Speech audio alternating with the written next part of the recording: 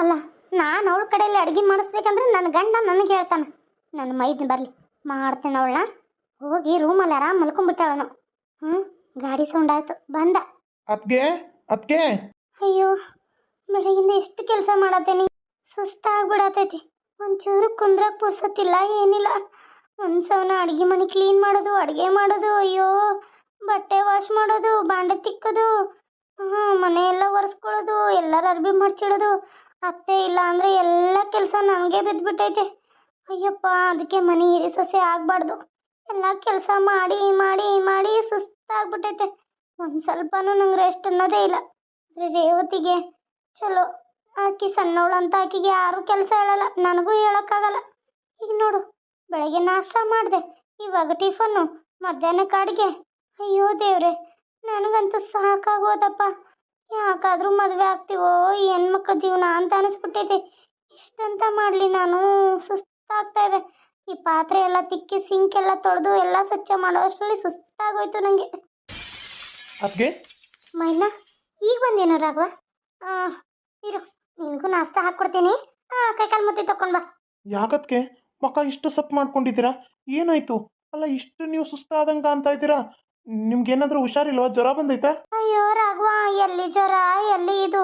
ಬೆಳಗಿಂದ ಸುಸ್ತಾಗೈತಪ್ಪ. ಕೆಲಸ ಮಾಡಿ ಮಾಡಿ, ಅತ್ತೆ ಇದ್ದಾಗ ಅತ್ತೆ ಎಷ್ಟು ಸಹಾಯ ಮಾಡ್ತಿದ್ರಾ? ಈಗೆಲ್ಲ ಕೆಲಸ ನನ್ಗೆ ಒಬ್ಬಳಿಗೆ ಬಿದ್ದುಬಿಟ್ಟೈತೆ. ಕುಂದ್ರಕ್ಕೂ ಪುರ್ಸೊತ್ತಿಲ್ಲ, ನಿಂದ್ರಕ್ಕೂ ಪುರ್ಸೊತ್ತಿಲ್ಲ. ಮನೆ ಅನಿಸ್ತು ತೊಡೆದ ಸಣ್ಣದು. ಅಯ್ಯೋ, ಮ್ಯಾಗಿಂದ ಹಿಡ್ದು ತೆಳಗಿನವರೆಗೂ ಸ್ವಚ್ಛ ಮಾಡ್ಬೇಕಪ್ಪ. ಅದನ್ನೆಲ್ಲ ಕಸ ಹೊಡೆದು ಒರೆಸಿ, ಎಲ್ಲ ಮೇಗಿನ ರೂಮ್ಗಳೆಲ್ಲ ಸ್ವಚ್ಛ ಮಾಡಿಕೊಂಡು, ಅತ್ತೆ ರೂಮ್ ಎಲ್ಲ ಸ್ವಚ್ಛ ಮಾಡಿ, ಇಡೀ ಮನೆ ಎಲ್ಲ ಕ್ಲೀನ್ ಮಾಡೋಷ್ಟ್ರಲ್ಲಿ ನಂಗಂತೂ ಸುಸ್ತಾಗೋಯ್ತು. ಒಂಚೂರು ಕೂತಿಲ್ಲಪ್ಪ ಇವತ್ತು. ಬಂದು ಬೆಳಗ್ಗೆ ನಿಮಗೆ ಟಿಫನ್ ಮಾಡಿಕೊಟ್ನಾ, ನೀವು ತಿಂದು ಹೋದ್ರಿ. ಈಗ ನೋಡಿದ್ರಿ ಮತ್ತೆ ಅಡುಗೆ ಕೆಲಸ ಅದು ಇದು. ಅಯ್ಯೋ, ನನಗಂತೂ ಸಾಕಾಗಿ ಹೋಗತ್ತೈತೆ ರಾಘವ. ಒಬ್ಬಕ್ಕೆ ಮಾಡಿ ಮಾಡಿ ಕೈ ಕಾಲೆಲ್ಲ ನೋವು ಬಂದ್ಬಿಟ್ಟೈತೆ ಗೊತ್ತಾ. ನನಗೊಂದು ಸ್ವಲ್ಪ ಎಲ್ಲಾದರೂ ರೆಸ್ಟ್ ತಗೊಂಡು ಹೊರಗೆ ಹೋಗ್ಬೇಕು ಅನಿಸ್ಬಿಟ್ಟೈತಿ ರಾಘವ. ಅಲ್ಲ ಅದಕ್ಕೆ ಎಲ್ಲ ಕೆಲಸ ನೀವು ಮಾಡಕತ್ರ, ರೇವತಿ ಏನು ಮಾಡ್ತಾ ಇದ್ದಾಳೆ? ರೇವತಿ, ರೇವತಿ! ಅಯ್ಯೋ, ಅಕ್ಕಿ ಬೆಳಗಿಂದ ಮಲ್ಕೊಂಡಾಕಿ ಎದ್ದೆ ಬಂದಿಲ್ಲಪ್ಪ. ಬರೀ ಸುಸ್ತು, ನಮ್ಮ ಮಕ್ಕೋತೇನಿ ಅಂತಾಳ. ನಿನ್ನೆಯಿಂದ ಆಕಿ ಹೊರಗೆ ಬಂದಿಲ್ಲ ರೂಮಿಂದ. ಅತ್ತೆ ಹೋದಾಗಿಂದ ನಾನು ಯಾಕೆ ಮಾಡಲಿ ಅಂತಾಳ. ಅತ್ತೆ ಮುಂದೆ ಒಳ್ಳೆ ಕೆಗಕ್ಕೆಲ್ಲ ಕೆಲಸ ಮಾಡ್ತಿದ್ದು. ಅತ್ತಿ ಬಂದ್ರೆ ಸಾಕು ಅಡುಗೆ ಮನೆಗೆ ಓಡ್ ಬರಕ್ಕಿ ಕೆಲಸ ಮಾಡೋದು. ನಾನು ಹಂಗೆ ಯಾರಿಗೂ ತೋರಿಸ್ಕೊತಿರ್ಲಿಲ್ಲ. ನಾನು ಪಟ ಪಟ ನನ್ನ ಕೆಲಸನ ಮಾಡ್ಕೊಂಡು ಹೋಗಿ ಕುಂತ್ಬಿಡ್ತಿದ್ದೆ. ಆದ್ರೆ ಆಕೆ ಹಂಗಲ್ಲ, ಆಕಿದೊಂಥರ ಬುದ್ಧಿನೇ ಬೇರೆ ಐತೆ. ಅತ್ತಿ ನೋಡುತ್ತಾಳ ಇಲ್ಲ ಅಂಥೇಳಿ ಅತ್ತೆ ಬಂದಾಗ ಓಡ್ ಬಂದು ಅಡುಗೆ ಮನೇಲಿ ಕೆಲಸ ಮಾಡೋದು. ಅತ್ತೆ ಹಿತ್ಲಲ್ಲಿದ್ರೆ ಒಗ್ಯಾನ ಒಗೆದು ಹಿಂಗೆಲ್ಲ ಮಾಡ್ತಿದ್ಲು. ಅತ್ತೆ ಕಣ್ಗೆ ಆಕೆ ಚಲೋ ಸೊಸಿ, ನಾನು ಕೆಟ್ಟ ಸೊಸಿ. ಏನು ಮಾಡೋದು? ನನಗೆ ಅಕ್ಕಿಗತ್ತೆ ನಾಟಕ ಮಾಡಕ್ಕೆ ಬರಲ್ಲಲ್ಲ. ಈಗ ಅತ್ತೆ ಇಲ್ಲ ಇಲ್ಲ, ಅತ್ತೆ ಹೋದಾಗಿಂದ ರೂಮ್ ಬಿಟ್ಟು ಆಚೆನೆ ಬರಲ್ಲ, ಮಲ್ಕೊಂಡ್ಬಿಡ್ತಾಳೆ. ಅವಳಿಗೆ ಇಷ್ಟು ಸೊಕ್ಕು ಬಂದೈತ? ಮಾಡ್ತೀನಿ ತಡಿ. ರೇವತಿ, ರೇವತಿ! ಡಂಕನಕ ಡಂಕನಕ ಡಂಕನಕ ರೇ ಮಜಾ. ಗಂಡ ಹೆಂಡತಿ ಜಗಳ ಆಯ್ತಿನ ಮಜಾ ನೋಡಕತ್ರ ಖುಷಿನೇ ಖುಷಿ. ಟಿವಿ ಬೇಡ, ಸಿನಿಮಾ ಬೇಡ, ಇಲ್ಲ ನೋಡೋಣ ನಡಿ. ಡಂಕನಕ ಡಂಕನಕ ಡಂಕನಕ ರೀ, ಡಂಕನಕ ಡಂಕನಕ ಡಂಕನಕ ರೀ. ಹಾ ಮಹಾರಾಣಿ, ಹಾ ಅಲ್ಲಿ ಪಾಪ ಅದಕ್ಕೆ ಅಷ್ಟು ನೋವು ತಿನ್ಕೊಂತ ಇಷ್ಟು ದೊಡ್ಡ ಮನೆ ಕೆಲಸ ಎಲ್ಲ ಮಾಡಕತ್ತಾಳ. ಅವ್ವ ಇದ್ದಾಗ ಅವನ ಮುಂದೆ ನಾಟಕ ಮಾಡೋ ನೀನು, ಆ ಕಡೆ ಊರಿಗೆ ಹೋಗಿದ ತಕ್ಷಣ ಈ ಕಡೆ ಆರಾಮ್ ಪದ್ಧತಿ ಮಲ್ಕೊಂಡ್ಬಿಟ್ಟಿದ್ಯಾ? ಮಾಡ್ತೀನಿ ತಡಿ ನಿನಗೆ. ರೇವತಿ, ರೇವತಿ! ಏನ್ರಿ, ಯಾಕೆ ನನ್ಕ ಇಷ್ಟು ಜೋರ ಕಿವಿ ಹತ್ರಕ್ಕೆ ಹೋಗ್ತಾ ಇದ್ದೀರಾ? ಯಾಕೆ, ಯಾರಿಗೇನಾಯ್ತು? ಯಾರಿಗೇನು ಆಗಿಲ್ಲ. ಗಂಡ ಬಂದ ಅನ್ನೋ ಖಬರಿಲ್ಲ, ಆರಾಮ್ ಸರಿ ಮಲ್ಕೊಂಡ್ಬಿಟ್ಟಿದ್ಯಾ? ಹೇಳು. ಇಲ್ಲ ರೀ, ನಂಗೆ ಭಾಳ ಜ್ವರ, ರಾತ್ರಿಯಿಂದ ಮಲಗಿಲ್ಲ, ಭಾಳ ಸುಸ್ತಾಗ್ತೈತಿ. ನಾನು ಅದಕ್ಕೆ ಎಲ್ಲ ಬೆಳಗ್ಗೆನೆ ಎದ್ದು ಅಡುಗೆ ಮಾಡಿ ನಾಷ್ಟ ಮಾಡಿ ಪಾತ್ರೆ ಎಲ್ಲ ತಿಕ್ಕಿ ಗ್ಯಾಸು ಸಿಂಕು ಎಲ್ಲ ಒರೆಸಿ ಮನೆ ಕಸ ಗುಡಿಸ್ಕೊಟ್ಟೆ. ಅಕ್ಕನಿಗೆಲ್ಲ ಒರೆಸು ಅಂತ ಹೇಳಿ ನಾನು ಮಲ್ಕೊಂಡಿದ್ದೀನಿ ರೀ. ಈಗ ಬಂದು ಮಲ್ಕೊಂಡಿದ್ದೀನಿ. ಭಾಳ ಜ್ವರ. ನೀವು ಬಂದಮೇಲೆ ಹಾಸ್ಪಿಟ್ಲಿಗೆ ಹೋಗಿ ಬಂದ್ರೆ ಆಯಿತು ಅಂತ ಮಲ್ಕೊಂಡಿದ್ದೆ ರೀ. ಭಾಳ ಜ್ವರ ಆಯ್ತು, ನನಗೆ ಹೇಳಕ್ಕೂ ಆಗ್ತಾ ಇಲ್ಲ, ತಲೆ ಸುತ್ತ ಬರ್ತಾ ಇದೆ. ಎಷ್ಟು ಎಷ್ಟು ನಾಟಕ ಮಾಡಕತ್ತಿ ಈಗ ಅಲ್ಲಿ ವೈನಿ ಅತ್ತೆ ಎಲ್ಲ ಕೆಲಸ ಮಾಡಕತ್ತಾಳ. ನೀನು ನೋಡಿದ್ರೆ ಇಲ್ಲಿ ಆರಾಮ್ ಪದ್ಧತಿ ಮಲ್ಕೊಂಡಿದ್ದೀನ? ಹೇಳ್ತೇವೋ ಇಲ್ಲೋ? ಇಲ್ಲ ರೀ, ನಂಗೆ ಹೇಳಕ್ ಆಗ್ತಾ ಇಲ್ಲ. ನಿನ್ನ ಹಿಂಗೆ ಹೇಳಿದ್ರೆ ಹೇಳಲ್ಲ ನೀನು. ನಿನ್ನ ಅಯ್ಯೋ, ನೀವು ನನ್ನ ಯಾಕೆ ತಗ್ಸೋದ್ರಿ? ನಾನೇನು ತಪ್ಪು ಮಾಡಿದ್ದೀನಿ? ಮೊದಲೇ ಹುಷಾರಿಲ್ಲ, ಜ್ವರ ತಂದಿತ್ತು ನನಗೆ. ಅಲ್ಲ, ನೀವು ನನ್ನ ಮೇಲೆ ಕೈ ಮಾಡ್ತಿರಲ್ಲ, ನಿಮ್ಗೊಂದೀಟು ನಾಚಿಕೆ ಮಾನ ಮರೆಯೋದಿಲ್ಲ? ಅಯ್ಯಯ್ಯ, ಅದರಲ್ಲಿ ಏನು ತಪ್ಪೈತೆ?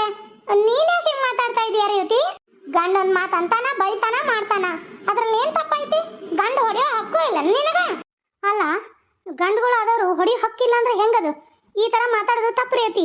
ಯಾಕಕ್ಕ ಹಾ ಮಾತ್ಕೊ ನನ್ನ ಜೊತೆ ಕೆದರ್ಕೊಂಡು ಜಗಳಕ್ಕೆ ಬರತ್ತೀಯ? ನಾನು ನನ್ನ ಗಂಡನ ಕೇಳಾಕತ್ತೀನಿ, ನೀನೇನು ಕೇಳಾಕತ್ತಿಲ್ಲಲ್ಲ. ನೀನು ಯಾಕೆ ಇದನ್ನ ಮಾತಾಡ್ತೀಯ? ನಾ ಎಷ್ಟು ಆದ್ರೂ ಈ ಮನ್ಯಾಗ ಅತ್ತಿ ಇಲ್ಲ. ನಾನು ದೊಡ್ಡ ಸೊಸಿ ಅಂದ್ರೆ ನಾನು ದೊಡ್ಡಕ್ಕಿ, ನಾನು ಕೇಳ್ಬೇಕಾಗಿರ್ತೈತಿ. ಅದಕ್ಕೆ ಕೇಳಾಕತ್ತೀನಿ. ದೊಡ್ಡ ಸೊಸಿ ಅಂದ್ರೆ ಅದಕ್ಕೆ ಸೊಸಿಯಾಗಿರಿ. ನನ್ನ ಗಂಡನ ಮಧ್ಯೆ ಬರಕ್ ನೀವ್ಯಾರು? ನಮ್ಮ ಅತ್ಕೆನ ನೀ ಯಾರು ಅಂತ ಕೇಳಕ್ ನಿನಗೆ ಎಷ್ಟೇ ಧೈರ್ಯ? ಕೂದ್ಲ ಬಿಡು. ಹೊಡಿ ಯಾಕಿನ್ ರಾಘವ್, ಹೊಡಿ. ನಿನಗೆ ಎದುರು ಮಾತಾಡ್ತಾಳೆ. ದೊಡ್ಡವ್ರು ಅನ್ನಂಗಿಲ್ಲ, ಸಣ್ಣವ್ರು ಅನ್ನಂಗಿಲ್ಲ, ನನಗೂ ಎದುರು ಮಾತಾಡ್ತಾಳೆ. ಬೆಳಗಿಂದ ಒಂದು ಕೆಲಸ ಮಾಡಿಲ್ಲ, ಮಲ್ಕೊಂಡ್ಬಿಟ್ಟಿದ್ದಾಳೆ. ಎಲ್ಲ ಕೆಲಸ ಮಾಡಿ ನನಗೂ ಸುಸ್ತಾಗೈತಿ. ಎಲ್ಲ ಅತ್ಕೆಗೆ ಮಾಡಕ್ ಹಚ್ಚಿ ಇವಳು ಬೆಚ್ಚಗೆ ಮಲ್ಕೊಂಡವಳು. ಇಲ್ಲಿ ಮಾಡ್ತೀನಿ ತಡಿ. ಏನು ಅವಳು ಮುಂದೆ ನಾನು ಗಂಡಸು ಅಂತ ತೋರ್ಸಕ್ಕ ನನ್ನನ್ನು ಹೊಡಿಯಕ್ಕೆ ಬರ್ತಾ ಇದೆಯಾ? ನಾನು ಇಷ್ಟ ಇಲ್ಲ, ಅವಳೇ ಇಷ್ಟ ಇದ್ದಾಳ ಅಂದ್ಮೇಲೆ ನನ್ನ ಯಾಕೆ ಮದುವೆ ಆದಿ? ಮಾತ್ಕು ಚುಚ್ಚು ಮಾತಾಡ್ತಿಲ್ಲ ಆಕಿ ಮುಂದೆ.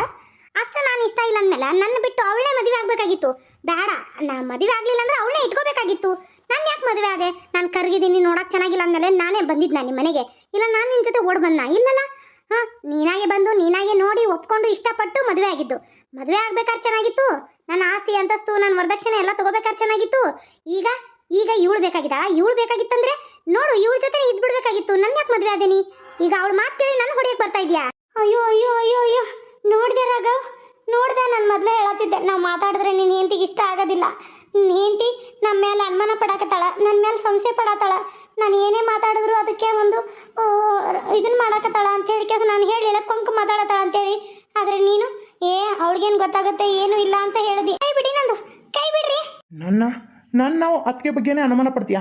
ನಾನು ಅತ್ತಿಗೆಗೆ ಪ್ರೀತಿಯಿಂದ ಮಾತಾಡ್ತಿರೋದು. ಒಂದು ಮೈದ್ನ ಅತ್ತಿಗೆ ಸಂಬಂಧ, ನಮಗೆ ಯಾವುದೇ ರೀತಿಯಾದಂಥ ಸಂಬಂಧ ಇಲ್ಲ. ಅಲ್ಲ, ನೀನು ಇಷ್ಟ ಇಲ್ದಿದ್ರು ನಮ್ಮ ಅವ್ವನ ಬಲವಂತಕ್ಕೆ ಒಪ್ಕೊಂಡಿದ್ದೀನಿ ನಾನು. ನಡಿ ನಮ್ಮ ಮನೇಲಿ ಇರ್ಬೇಡ ನೀ. ನಡಿ. ಕೈ ಬಿಡ್ರಿ ಅಂದೆ. ಕೈ ಬಿಡೋದಲ್ಲ, ನೀನು ಹೊರಗೆ ಹೋಗಿ ಬಿಸಾಕ್ತೇನೆ. ಆಮೇಲೆ ನೀನು ಮುಟ್ಟಿದ್ರೆ ಹೇಳು. ನೀನು ಮುಟ್ಟಿದ ಮೇಲೆ ಕೈ ತೊಳ್ಕೊಬೇಕು ನಾನು. ಬಿಡ್ರಿ ನನ್ನ, ಬಿಡ್ರಿ. ಬಾರೆ ನಮ್ಮ ಅತ್ತಿಗೆಗೆ ಮಾತಾಡ್ತೀನಿ. ಬಾರೆ, ನಡಿಯೇ. ಏನು ಮಜಾ, ಏನು ಥ್ರಿಲ್ಲು. ಅವಳ ನನ್ನ ಮುಂದೆ ಹೊಡೆಯಕತ್ರ ನನಗೆ ಖುಷಿ.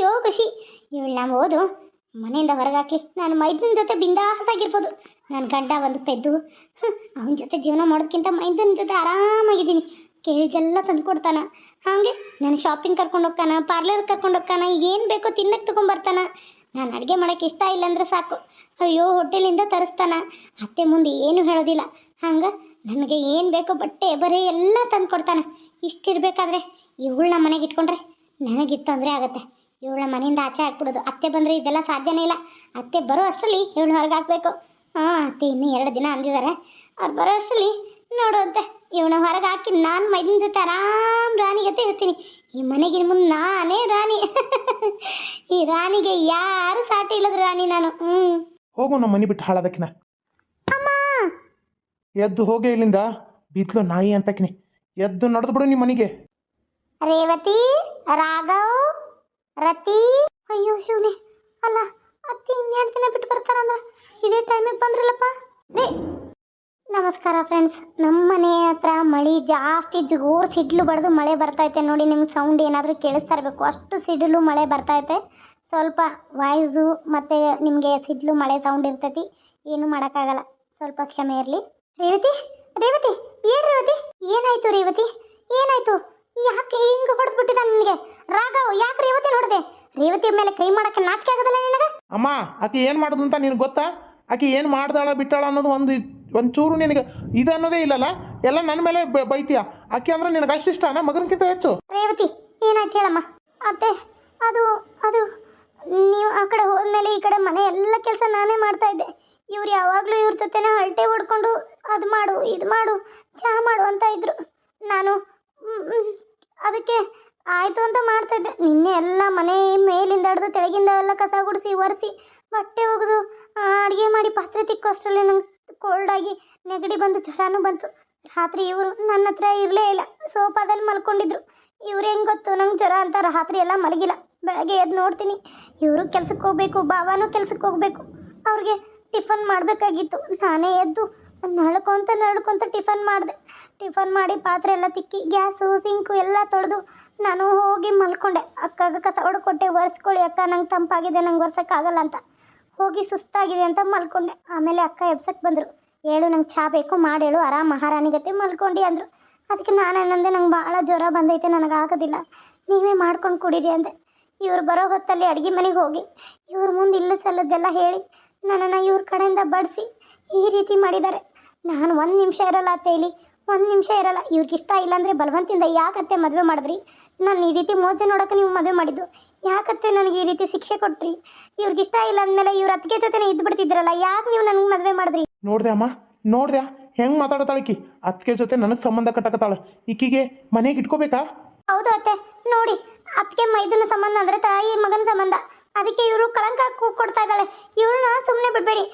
ಅದು ಅತ್ತೆ, ನಂದು ಏನು ತಪ್ಪಿಲ್ಲ ಅತ್ತೆ, ಎಲ್ಲ ಕೆಲಸ ನಾನು ಮಾಡಿದ್ದೀನಿ. ಇವಳು ಸುಳ್ಳು ಹೇಳ್ತಾ ಇದ್ದಾಳೆ. ನೀವು ಹೋದಾಗಿಂದ ಇವಳು ಮಳಗೆ ಇದ್ಲು, ಏನು ಕೆಲಸ ಮಾಡಿಲ್ಲ ಅತ್ತೆ, ಸುಳ್ಳು ಹೇಳ್ತಾ ಇದ್ದಾಳೆ. ಮುಚ್ಚು ಮುಚ್ಚು ರತಿ, ಬಾಯಿ ಮುಚ್ಚು. ನೀನು ಹೆಂಗಿದ್ಯಾ ಅಂತ ನನಗೆ ಗೊತ್ತೈತೆ. ನೀನು ಜಾಸ್ತಿ ಮಾತಾಡಕ್ಕೆ ಬರಬೇಡ. ನೀನು ಹೆಂಗಿದ್ಯಾ, ನನ್ನ ಮಗ ಹೆಂಗಿದಾನಂತ ನಾನು ಗೊತ್ತೈತೆ. ನಿನಗೆ ಮನೆ ಸೂಕ್ಷ್ಮವಾಗಿ ಹೇಳಿದ್ದೆ ನಾನು. ಹಾಂ, ತಿಳ್ಕೊತೀಯಾ? ನನ್ನ ದೊಡ್ಡ ಮಗನ ಬಾಳೆ ಹಾಳಾಗಬಾರ್ದು, ಈ ವಿಷಯ ಎಲ್ಲ ನನ್ನ ದೊಡ್ಡ ಮಗನ ಗೊತ್ತಾಗಬಾರ್ದು, ಈ ಮನೆ ಗುಟ್ಟು ರಟ್ಟಾಗಬಾರ್ದು ಅಂತ ನಾನು ತಡ್ಕೊಂಡು ಹೋದೆ. ಎಷ್ಟು ನಿಮ್ಗೆ ಹೇಳಿದೆ ನಾನು. ಹಾಂ, ನಿನಗೂ ಮದುವೆ ಆಗಿದೆಯೋ, ನಿನಗೂ ಹೆಂಡತಿ ಇದ್ದಾಳೋ? ಹಾಂ, ಕರಗಿದ್ರು ಕಣ್ಣು ಮೂಗಲೆ ಮನಸ್ಸಲ್ಲಿ ಎಷ್ಟು ಒಳ್ಳೆ ಒಳ್ಳೆದಾಳಕ್ಕಿ. ಅಕ್ಕಿ ಅಂತ ಹುಡುಗಿ ಸಿಗ್ಬೇಕಾದ್ರೆ ಪುಣ್ಯ ಮಾಡಿರ್ಬೇಕು ನೀನು. ಅಂಥದ್ರಲ್ಲಿ ಅಕ್ಕಿನ ಇಷ್ಟು ನಾನು ಹೋದ್ಮೇಲೆ ಚಿತ್ರಹಿಂಸೆ ಪಟ್ಟಿದ್ದಲ್ಲ. ನಾನು ಇನ್ನೆರಡು ದಿನ ಇದ್ದಿದ್ರೆ ಈಕಿನ ಕೊಂದೇ ಬಿಡ್ತಿದ್ರೇನು ನೀವು? ನಾನು ಇಲ್ಲ, ಮನೆಗೆ ಹೋಗಿ ಬರ್ತೀನಿ, ನಾನು ಮನೇಲಿ ಒಂದೇ ದಿನ ಅಂತ ಹೇಳಿ ಬಂದಿದ್ದೀನಿ ಅಂತ ಯಾಕೋ ನಿಂದ್ರಕ್ಕಾಗಲಿಲ್ಲ, ಮನಸ್ಸಿಗೆ ನೆಮ್ಮದಿ ಸಿಗಲಿಲ್ಲ, ಅದಕ್ಕೆ ಬಂದೆನಾ. ಆದರೆ ಇಲ್ಲಿ ಬಂದು ನೋಡಿದ ತಕ್ಷಣ ಪಾಪ ಅಮಾಯಕ ಹುಡುಗಿನ ಹಿಂಗೆ ಹೊಡೆದು ಚಿತ್ರಹಿಂಸೆ ಪಡಿಸೋದೇ. ಏಯ್, ನೀನು ಎಂತಕ್ಕಿದೆ ಅಂತ ನನಗೆ ಗೊತ್ತಿಲ್ಲೇನೆ. ನೀನು ಇಲ್ಲಿ ಬಂದಾಗಿಂದ ನೋಡ್ತಾ ಇದ್ದೀನಿ. ಹಾಂ, ನನ್ನ ಸಣ್ಣ ಮಗನ ಜೊತೆ ನಿನ್ನ ಸಂಬಂಧನ ನನಗೆ ಮಗ ಗೊತ್ತು, ಆದರೆ ನನ್ನ ಮಗ ಗೊತ್ತಾಗ್ಬಾರ್ದು ಅಂತ ಎಷ್ಟು ತಡ್ಕೊಂಡು ಹೋದಿ, ಎಷ್ಟು ನಿನಗೆ ದೂರ ಇರು ಅಂತ. ನನ್ನ ಮಗ ನಿಮ್ಮ ಮದುವೆ ಮಾಡಿದ್ರಾದ್ರೂ ಹೆಂಡತಿ ನೋಡಿ ಅವಳನ್ನ ದೂರ ಇರ್ತಾನಂದ್ರೆ, ಆದರೆ ಅವನು ಹೆಚ್ಚು ಮಾಡ್ದ. ಹೆಂಡತಿ ಜೊತೆ ಸಂಸಾರ ಮಾಡೋದು ಬಿಟ್ಟು ಅತ್ತಿಗೆ ಜೊತೆ ಸಂಸಾರ ಮಾಡಕತ್ತ. ಅತ್ತೆ, ಏನು ಮಾತಾಡ್ತಾ ಇದ್ದೀರಾ ನೀವು? ಅಮ್ಮ ಮಗನೇ, ಬಂದ್ಯಾ ನೀನು? ನಿನ್ನ ಹೆಂಡತಿ ಬಗ್ಗೆ ನೀನು ತಿಳ್ಕೊಂಡೆ ಬಿಡು. ನಿನ್ನ ಹೆಂಡತಿ ಎಷ್ಟು ಕಟ್ಟೋರ ನೀಚ ಹೆಂಗ್ಸದಾಳಂತ ನೀನು ತಿಳ್ಕೊಂಬಿಡು. ಏನು ಹೇಳಕತ್ತೀಯಮ್ಮ ನೀನು? ಇವಳು ನನ್ನ ತಮ್ಮನ ಜೊತೆನ? ನನ್ನ ತಮ್ಮ ನನಗೆ ಸಣ್ಣ ಮಗನ ಥರ ಅಂತ ಅಂತಿದ್ಲು, ಆದರೆ ಇವಳು ಈ ರೀತಿನ? ಅಲ್ಲ, ನನಗೆ ರೇವತಿ ನೋಡೋ ನನಗೆ ಗೊತ್ತಾಯಿತು. ಪಾಪ ಅವಳು ಬೆಳಗ್ಗೆ ಎದ್ದು ನಳ್ಕೊಂತ ನಾಷ್ಟ ಮಾಡ್ತಾ ಇರೋದು ನಾನೇ ನೋಡಿದ್ದೀನಮ್ಮ. ಎಲ್ಲ ಮಾಡಿ ಇಟ್ಟು ಹೋಗಿದ್ದಾಳೆ. ಆದರೆ ಇವಳು ಹಿಂಗದಾಳಂತ ನಂಗೆ ಗೊತ್ತಿರಲಿಲ್ಲ. ರೇವತಿ, ರಾಘು, ನೀವು ನನಗೆ ಮೋಸ ಮಾಡಿದ್ರ? ಅಯ್ಯೋ ಇಲ್ಲ ಅಣ್ಣ, ನಾನು ಯಾಕೆ ನಿನಗೆ ಮೋಸ ಮಾಡಲಿ? ನನಗೆ ಅತ್ತೆ ತಾಯಿ ಸಮಾನ. ಇವಳೆಲ್ಲ ಸುಳ್ಳು ಹೇಳ್ತಾ ಇದ್ದಾಳೆ. ಇವಳು ಅತ್ತೆನ ಮನೆಯಿಂದ ಹೊರಗೆ ಹಾಕಬೇಕು ಅಂತ ಕಟ್ತಾ ಇದ್ದಾಳೆ. ಇವಳು ಮಾತು ನಂಬ್ಕೊಂಡು ಅಮ್ಮ ಮಾತಾಡ್ತಾ ಇದ್ದಾಳೆ. ಇದೆಲ್ಲ ಸುಳ್ಳು ಅಣ್ಣ, ಇದೆಲ್ಲ ಸುಳ್ಳು. ಏನು ಸುಳ್ಳು? ಹಾಂ, ಕಟ್ಕೊಂಡು ಗಂಡ ತರಬೇಕಾದ ಒಳ ಉಡುಪುಗಳನ್ನ ನೀವು ತಂದು ಕೊಡ್ತೀರಾ ಅಂದರೆ ಇದು ಎಷ್ಟರ ಮಟ್ಟಿಗೆ ಸರಿ? ಯಾರು ತಂದು ಕೊಡ್ತಾರೆ ಮೈದ್ನಿಗಳು? ಹಾಂ, ಅತ್ತಿಗೆಗೆ ಯಾರು ತಂದು ಕೊಡ್ತಾರೆ? ನಾನು ಬಾಯಿ ಬಿಟ್ಟು ಹೇಳೋಕ್ಕಾಗಲ್ಲ. ಯಾರು ತಂದು ಕೊಡ್ತಾರೆ ಇದನ್ನೆಲ್ಲ? ನೀವು ನನಗೆ ಒಂದಿನಾದ್ರೂ ತಂದು ಕೊಟ್ಟಿದ್ದೀರಾ? ಏನು ಬೇಕು ಬೇಡ ಕೇಳಿದ್ದೀರಾ? ಇಲ್ಲ. ಪ್ರತಿಯೊಂದಕ್ಕೂ ಅದಕ್ಕೆ ಮುಟ್ಟಿದ್ರೆ ತಲೆನೂ ಹೋಗುತ್ತೆ, ಅದಕ್ಕೆ ಕಾಫಿ ಮಾಡಿದ್ರೆ ಕಾಫಿ ಅಮೃತ ಆಗುತ್ತೆ, ನಾನು ಮಾಡಿದ್ರೆ ವಿಷ ಆಗುತ್ತೆ, ಕಲಗಚ್ಚಾಗುತ್ತೆ. ಅವಳು ಮಾಡಿದ್ರೆ ಅಮೃತ ಆಗುತ್ತೆ. ಅದಕ್ಕೆ ಹಾಂ, ಬಾ ಶಾಪಿಂಗ್ ಹೋಗೋಣ, ಅದಕ್ಕೆ ನಾನು ಪಾರ್ಲರ್ ಕರ್ಕೊಂಡು ಹೋಗ್ತೀನಿ, ಅದಕ್ಕೆ ನೀವು ಅದು ಮಾಡಿ, ಅದಕ್ಕೆ ನೀವು ಇದು ಮಾಡಿ. ಛೇ ನನಗಂತೂ ಸಾಕಾಗೋಯ್ತು. ಇನ್ನು ಒಂದು ನಿಮಿಷ ನಾನಿರಲ್ಲ. ನಿನಗೆ ಇಲ್ಲಿ ಅಂದವ್ರು ಯಾರು? ಹಾಂ, ಅಂದವ್ರು ಯಾರು ನಿನಗೆ? ಹೋಗಿ ಇಲ್ಲಿಂದ ಅಣ್ಣ. ಅಯ್ಯೋ ಅತ್ತೆ, ನನ್ನ ಮೇಲೆ ಎಷ್ಟು ಸೇಡಿತ್ತು ನಿಮ್ಗೆ. ನನ್ನ ಗಂಡನ ದೂರ ಮಾಡೋಕ್ಕೆ ಎಷ್ಟು ಸುಳ್ಳು ಹೇಳ್ತಾ ಇದ್ದೀರಾ ನೀವು ರೇವತಿ ಸೇರಿಕೊಂಡು. ಯಾಕತ್ತೆ? ರೇವತಿ ನಿಮಗೆ ಸಣ್ಣ ಸೊಸೆ ಅಂತ ಅಷ್ಟು ಇಷ್ಟಪಟ್ಟು ನನ್ನನ್ನು ಯಾಕೆ ದ್ವೇಷ ಮಾಡ್ತೀರಾ? ನಾನೇನೋ ಒಂದೆರಡು ದಿನ ಕೆಲಸ ಮಾಡಿಲ್ಲ, ಹೌದು, ಇಲ್ಲ ಅನ್ನಂಗಿಲ್ಲ, ಆದರೆ ದಿನ ಪರಿ ಕೆಲಸ ಮಾಡ್ತೀನಲ್ಲತ್ತೆ. ಆದರೆ ನನಗೆ ರಾಘವ್ಗೆ ಯಾವುದೇ ರೀತಿಯಾದ ಸಂಬಂಧ ಇಲ್ಲ ಅತ್ತೆ. ನೀವು ಈ ಥರ ಕೆಟ್ಟ ಸಂಬಂಧನ ಕಟ್ಟಬೇಡಿ. ಅವು ಈ ಹೊರಗಿನ ಜನ ಕೇಳಿದ್ರೆ ನನ್ನ ಮಾನ ಮರ್ಯಾದೆ ಏನಾಗುತ್ತೆ? ಇಲ್ಲ ಅತ್ತೆ, ಇಲ್ಲ. ರೇವತಿ, ಒಂದು ನಿಮಿಷ ನಿಂದ್ರಬೇಡ, ಹೋಗು ನೀನು. ಹೋಗಿ ಇವರಿಬ್ಬರ ಮೇಲೆ ಪೊಲೀಸ್ ಕಂಪ್ಲೇಂಟ್ ಕೊಟ್ಟು ಪೊಲೀಸರನ್ನ ಕರ್ಕೊಂಡು ಬಾ.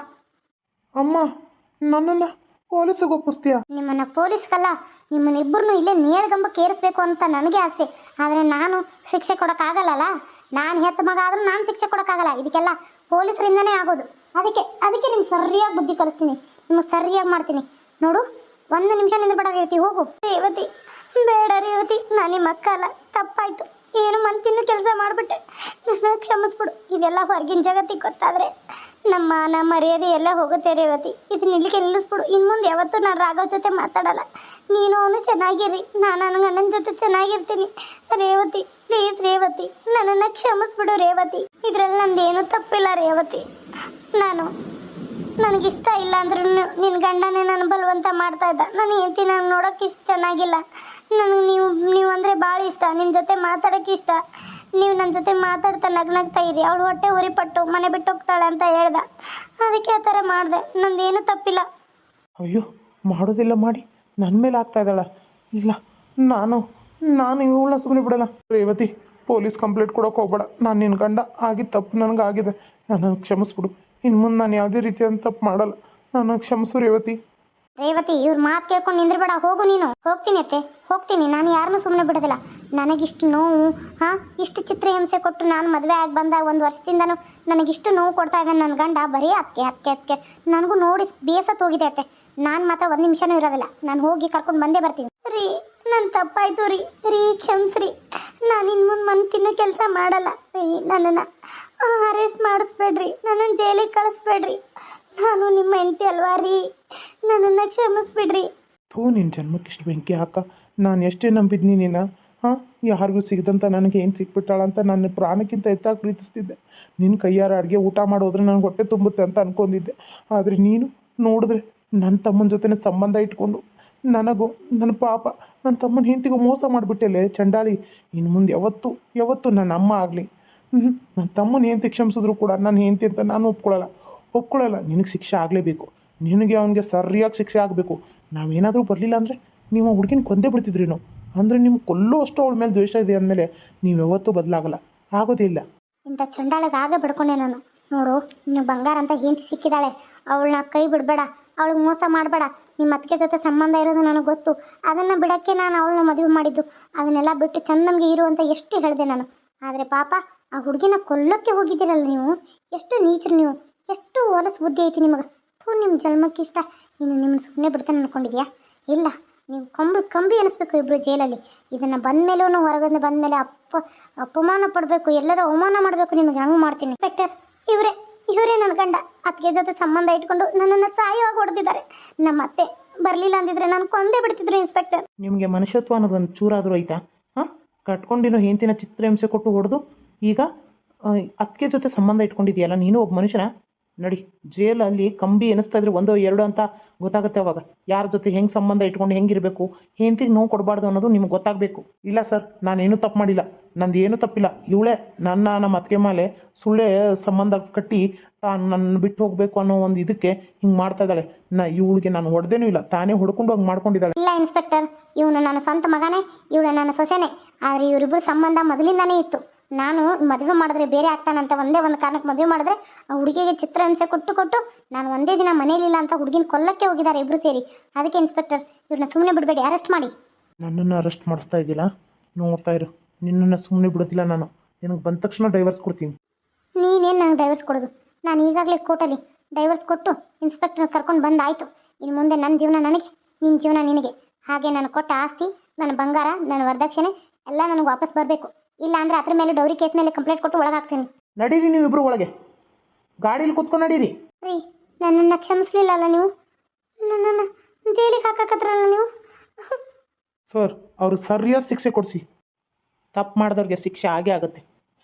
ನೀವು ಬಂದು ಒಂದು ಕಂಪ್ಲೇಂಟ್ ಕೊಟ್ಟೋಗಿ. ಆ ಹುಡುಗಿ ಕಂಪ್ಲೇಂಟ್ ಕೊಟ್ಟಿಲ್ಲ, ಕರ್ಕೊಂಡು ಬಂದಿದ್ದೆ ಅಷ್ಟೇ. ಸರಿ ಸರ್. ಈ ಕತೆ ನಿಮ್ಗೆ ಹೆಂಗೆ ಅನಿಸ್ತು? ಅವ್ರು ಮಾಡಿರೋ ತಪ್ಪಿಗೆ ಅವರು ಶಿಕ್ಷೆ ಆಗಿದ್ದು ಸರಿನಾ ಇಲ್ವಾ? ನಿಮಗೆ ಸರಿ ಅನಿಸುತ್ತೆ ಅಂದರೆ ಕಮೆಂಟ್ ಒಳಗೆ ತಿಳಿಸಿ. ಹಂಗೆ ಹೆಚ್ಚೆಚ್ಚಾಗಿ ನನ್ನ ವಿಡಿಯೋ ನೋಡಿ ಲೈಕ್ ಮಾಡಿ, ಶೇರ್ ಮಾಡಿ, ಸಬ್ಸ್ಕ್ರೈಬ್ ಮಾಡ್ಕೊಂತು ಮರಿಬೇಡ್ರಿ. ಪಕ್ಕದಲ್ಲೇ ಬೆಲ್ ಇರ್ತೈತಿ, ಬೆಲ್ ಮೇಲೆ ಕ್ಲಿಕ್ ಮಾಡಿ. ಮತ್ತೆ ನಾಳೆ ಒಂದು ಹೊಸ ವಿಡಿಯೋ ಜೊತೆ ಬರ್ತೀನಿ. ಥ್ರಿಲ್ ಆಗಿರುತ್ತೆ. ಯಾರು ಹೆಚ್ಚು ನೋಡ್ತಿರೋ, ಯಾರು ಎಷ್ಟು ಸಪೋರ್ಟ್ ಮಾಡ್ತಿರೋ ಅಷ್ಟು ಹೆಚ್ಚೆಚ್ಚಾಗಿ ಥ್ರಿಲ್ ಆಗಿರೋಂಥ ಕಥೆನ ತೊಗೊಂಬರ್ತೀನಿ. ಇಂಟ್ರೆಸ್ಟ್ ಆಗಿ ಕಾದು ನೋಡ್ತಾ ಇರಿ. ನಾಳೆ ಮತ್ತೆ ಸಿಗೋಣ. ಬಾಯ್ ಬಾಯ್. ಮಳೆ ಲೈಟು ಇಲ್ಲದ ಕಾರಣ ವಿಡಿಯೋ ಲೇಟಾಗಿ ಬರ್ತಾ ಇದೆ, ಕ್ಷಮೆ ಇರಲಿ. ಬಾಯ್.